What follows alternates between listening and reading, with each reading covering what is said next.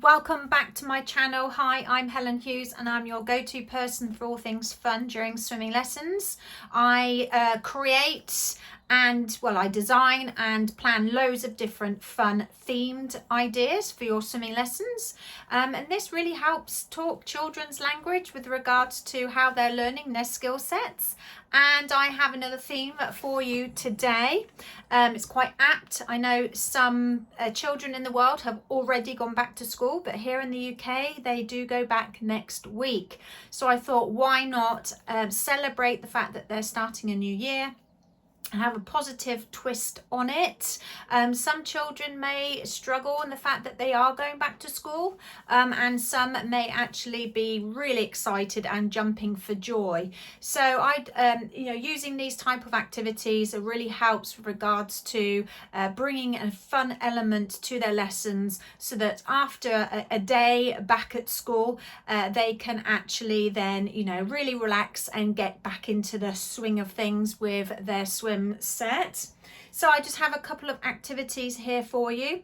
I do have a full bundle available to purchase with all the activities in there, and it explains what to do. And also some adaptations as well in there, and some variations too, according to your age and ability of children that you do have. Now these activities or these sort of themed lessons are geared towards parent and me classes or preschool classes, and the younger lower end of the lower sort of stages, if you like, in your swim program. However, they can be adapted for the older children, and the older children, talking about 6, 7, 8, 9 years old, they still enjoy implementing these type of things. You might not necessarily do what you're structuring it the same way as what you would be doing for the parent and me, and even for the preschoolers, but you can have a think about different ideas of how you can still incorporate this playful element with regards to what sort of skill set that you're working on at that particular time. So let's get going. The first thing, I just love these characters are so fun. There are other shapes on the bundles as well. There are, I think, 6 or 8 shapes in total, of where you can marry them up with what I love here, these plastic buttons. They are actually threading buttons, of where you can get them in a big box like this, of where they have the different shapes as well, according to also the sheet that I have provided. So they're all in there. You don't need to use the laces. You can just use those maybe for something else at a later date, but they go really nicely with this activity. If you don't want to purchase these, you can always just use craft foam, what have you, of the shapes. And there is actually in there, I'm just leaning back here, but there is actually a sheet that goes with another activity. Sorry, there is another sheet that goes with another activity that have the shapes on as well. So you'll get the template, the way you can cut out, and you can use those then as graph foam, of where you could use those instead if you are wanting to do that instead. But you'll find that you'll end up using those buttons for quite a few different sort of other themes as well. So they are really quite inexpensive, so I recommend to do that. So that is one activity. Nice happy smiles there with those shapes. Another one is as well, especially really geared,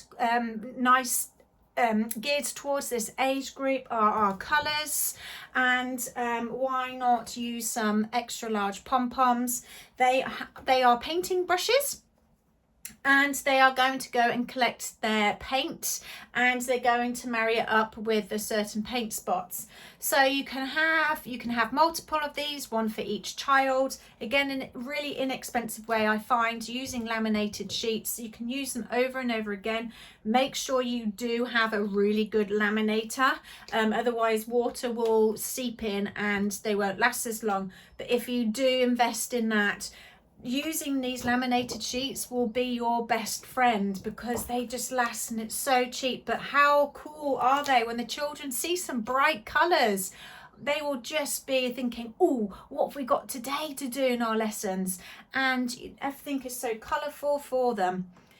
Using pom-poms, if you haven't bought any pom-poms, please get them. They are amazing. You can use them for so many different things. They can have them balancing them on their heads, balancing them on their chests, balancing on noodles, or they can be pushing them along in the water, blowing them along in the water. So any different ways that you can think, or even let them decide on how they're going to take it back. So they're going to swim down and collect, or you can hide the pom-poms. You can put them in color coordinated bowls so they can go and collect them, or you can put them in higher buckets so they can't see what colors they are. They have to climb out and go and collect them. So again, we're adding in that extra layers, and then see how they want to bring them back. Let them explore in the water different ways of transporting. We don't necessarily have to tell them all the time what they're doing. They can think of ways themselves. So they are their little plant. They are the paintbrush, and they're going and getting their paint spots. So I'm going to do one more activity that I have. And when they're at school, they love to have a little story. So you can have, there is a story in here with regards to Finny the fish, who is exploring the big blue ocean.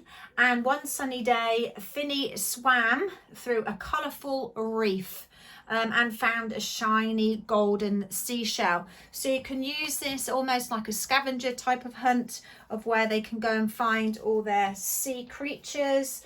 You've actually got his friendly sea turtles. So if you've got turtles, there are dolphins and octopus as well. But why not add in any of your other sea friends that you may have in your toolbox already? And they can actually, with Parent and Me, they can put this on a kickboard, and they can be reading it when they are on their backs. They can read the story together with their parents or caregivers, or who they are, the adult they are with in the water. Or you can, as preschoolers, you read part of the story, you do an activity according to what they're doing. So they found a shiny golden seashell. Should we go and find the seashell? And then you can actually have in craft foam, what have you, a seashell, or if you do have a foam one of them, then you can use, and they can go and find that golden pretend that they're going off to find that golden seashell. So use this. It's great to use live stories. I love using stories during swimming lessons. It really creates sort of an informal structure for the children, and they don't realize that they're actually following this structure because you're doing the activities as you're going through it. So you're getting things, you're enabling to do what your thought process is, but enables the children to explore in the water and have so much fun at the same time doing it. So that's a really lovely activity to do with them as well. Let me just show other type of things that are on there. They're going to be packing their bags. So I've got a couple of different variations of bags that they can choose which ones they want. And then the items that I recommend that you can put in there, you can choose whatever you want to put in there.